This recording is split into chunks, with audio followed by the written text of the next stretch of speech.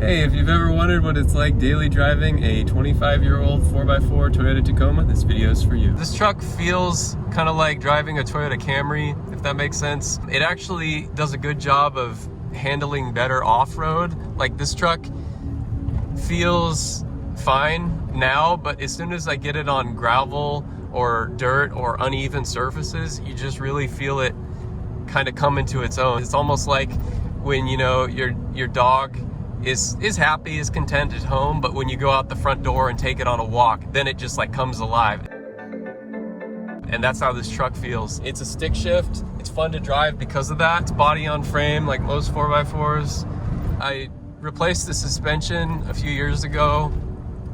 I went for heavy duty shocks in the rear, I think because at that time I wanted to put a camper on it. I actually did build a camper out of steel. I'll show that right now.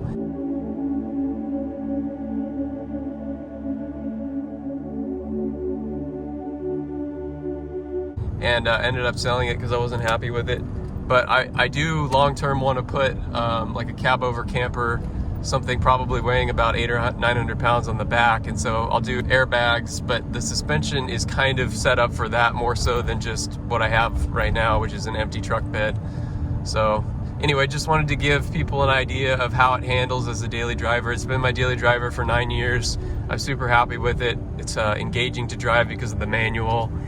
It's the right height to be able to see around in traffic. It's not low to the ground like a car. It is stock height, but I feel like that's adequate for what I need and use this truck for, which is basically a Swiss Army knife. I camp out of it in the summer. I haul stuff with it when I need to. I used to ride motorcycles, so that's why I bought a truck in the first place, is because I wanted to be able to take bikes places. But now I just use it kind of as a, you know, an all-purpose vehicle, and it's great.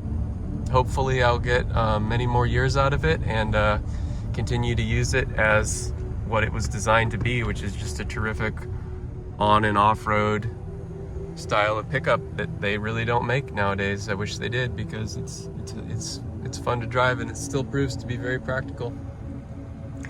Anyway, I thank you for joining me.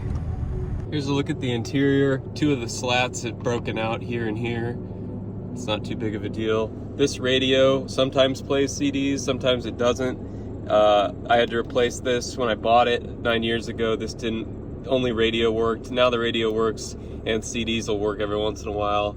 I had to shove a piece of paper towel in there to keep the dash from rattling, because it would just vibrate ever so slightly. This is cracked right there.